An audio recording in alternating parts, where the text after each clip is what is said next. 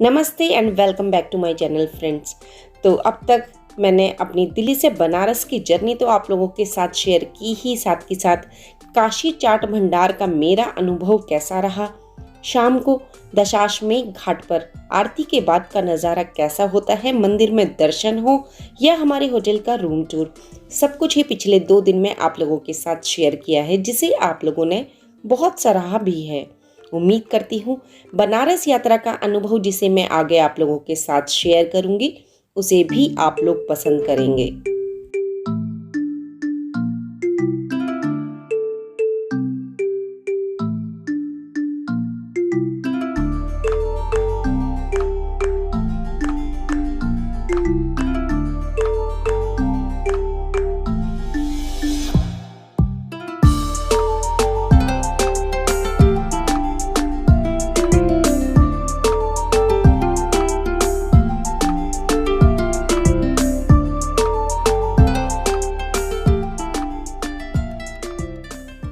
अब बनारस में हूँ तो तरुण जी की कुछ पंक्तियाँ याद आ रही हैं। कुछ कुछ मैली सी तो कुछ धुंधली सी, गंगा की तरह कुछ कुछ भीगी सी, 80 में जल रही कोई धूप हो जैसे, घाट पर ठहरी हुई कोई नाव हो जैसे, पंछियों ने छेड़ा हो कोई राग हो जैसे, किनारे पे बहती हुई कोई राख हो जैसे, आसमां में गूंजता हो कोई नाद हो जैसे, इंसानों में रमता हो कोई भगवान हो जैसे, गलियों में दौड़ता कोई बचपन फिर से, ठंडियों में ओढ़ता कोई मफलर फिर से, रंग बनारसी पहने हुए कुछ यूं शहर को देखा है। गंगा में नहाकर पाप पुण्य की परछाई में खुद को देखा है, पाप पुण्य की परछाई में खुद को देखा है। Good morning friends. तो आज हमारा बनारस में है तीसरा दिन और अब सुबह निकले हैं तैयार होकर, नहा धोकर घूमने के लिए। और वैसे आपको बताऊं तो मैं कभी कलकत्ता भी नहीं गई हूं, पर जब से मैं आई हूं मुझे बनारस में कलकत्ता वाली फील आ रही है, जैसा फिल्मों में या टीवी पे देखा है कलकत्ता को। बिल्कुल यहाँ की जो बिल्डिंग्स हैं विक्टोरियन स्टाइल, काफ़ी बिल्डिंग्स हैं यहाँ पर, तो फीलिंग वही आ रही है कि जैसे मैं कलकत्ता में हूँ। तो अभी तो हम लोग आए हैं फ़िलहाल 80 घाट पर, तीसरा दिन है। कल शाम को भी हम लोग आए थे 80 घाट पर, बट उस टाइम शूटिंग के अंधेरा बहुत हो रखा था। और एक्चुअली मैंने जैसे बताया आपको, बनारस में गर्मी बहुत ज़्यादा है, तो मॉर्निंग में या इवनिंग में ही घूमा फिरा जाता है यहाँ पे। दोपहर में निकलना बहुत मुश्किल होता है। अभी सुबह के 10 बजे और देखिए आप धूप का क्या हाल है, क्या आलम है। और ना केवल धूप बहुत तेज़ है, बल्कि जो कहते हैं उमस और गर्मी भी यहाँ बहुत ज़्यादा है, हवा बिल्कुल भी नहीं चल रही है। तो अभी तो फ़िलहाल हम लोग आ गए हैं, लेकिन नेक्स्ट टाइम मैं तो कभी प्लान बनाऊंगी बनारस फिर से आने का, तो विंटर्स के टाइम बेस्ट है मेरे ख्याल में यहाँ पर आना।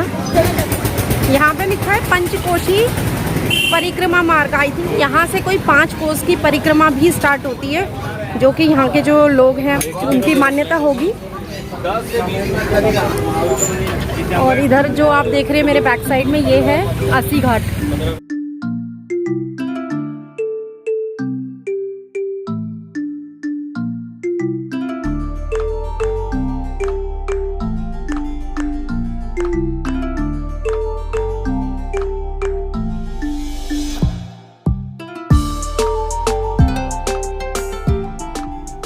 अस्सी घाट वाराणसी के महत्वपूर्ण घाटों में से एक है।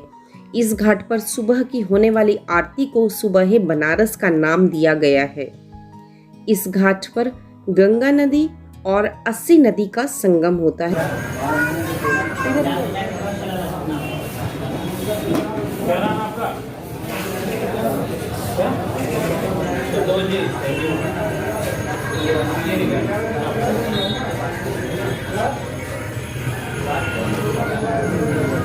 इधर रख दोगे।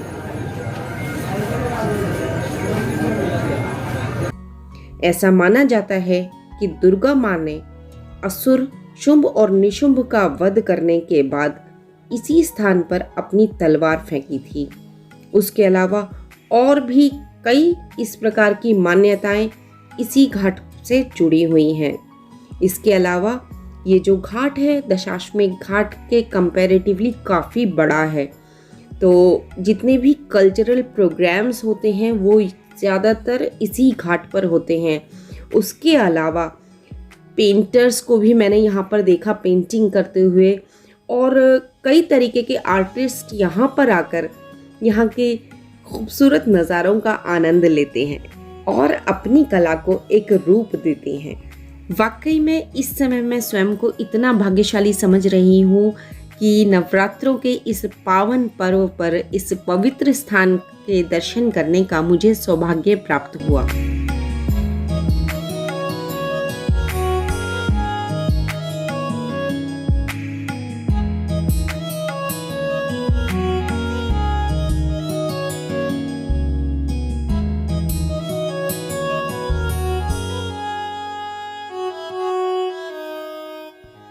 अस्सी घाट के बिल्कुल पास ही स्थित है झांसी की रानी लक्ष्मीबाई का जन्म स्थल।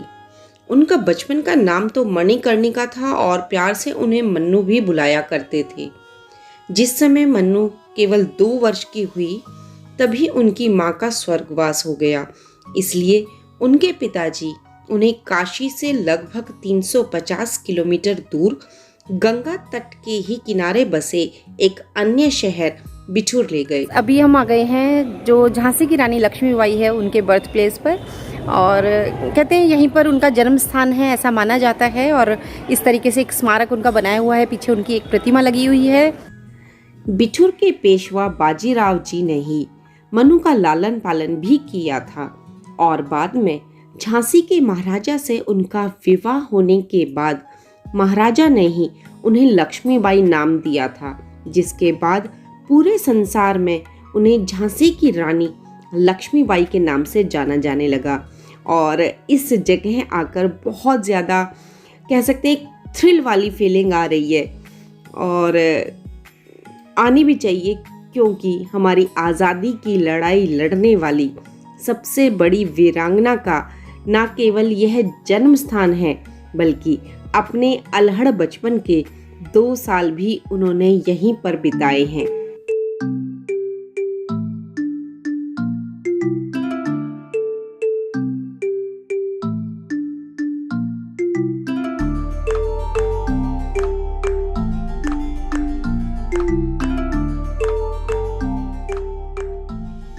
फिलहाल अभी हम आए हैं, ये हनुमान जी का मंदिर है, एक बहुत छोटा सा बहुत प्राचीन मंदिर है और तुलसीदास घाट पर है। और इस प्रकार के विभिन्न मंदिर छोटे छोटे यहाँ पर बने हुए हैं।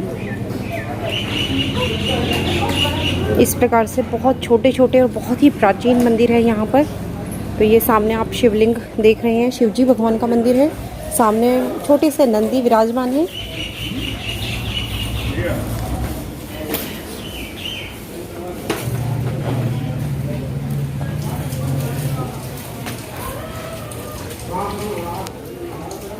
और नीचे यहाँ पर इस तरीके से ये तुलसीदास घाट है।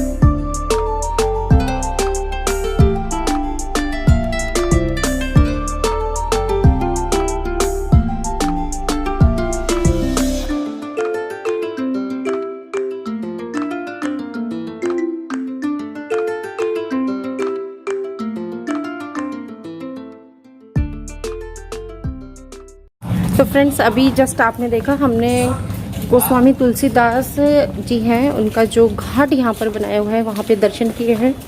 और वहाँ पर नहाने की व्यवस्था भी की गई है। साथ के साथ में ही उनके नाम से एक अखाड़ा भी यहाँ पर चलता है। लेकिन फ़िलहाल अभी क्योंकि दोपहर का टाइम हो गया है और गर्मी बहुत होती है, तो इसलिए अभी फ़िलहाल हमें कोई भी नहीं मिला अखाड़े में।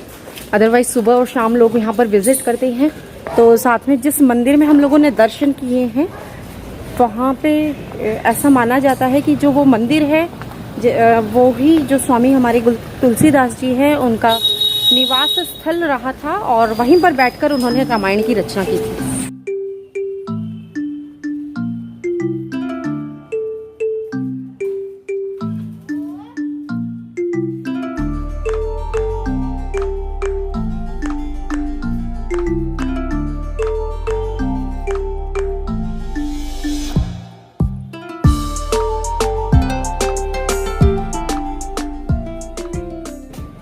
अभी यहाँ पर जस्ट अभी हमने चंडिका माता के दर्शन किए हैं। एक यहाँ पर मंदिर है 80 घाट के पास ही, तो फ़िलहाल अभी यहाँ वहाँ पर दर्शन किए हैं। वहाँ पर कैमरा अलाउड नहीं था तो कैमरा ऑफ़ कर दिया था मैंने। इसके बाद हम लोग जा रहे हैं यहाँ की जो हैंडलूम इंडस्ट्री है, जहाँ पर हाथ से कपड़े बनाने का कारोबार होता है फ़िलहाल वहाँ पर, और वहाँ जाने के बाद फिर आप लोगों से मैं मिलती हूँ।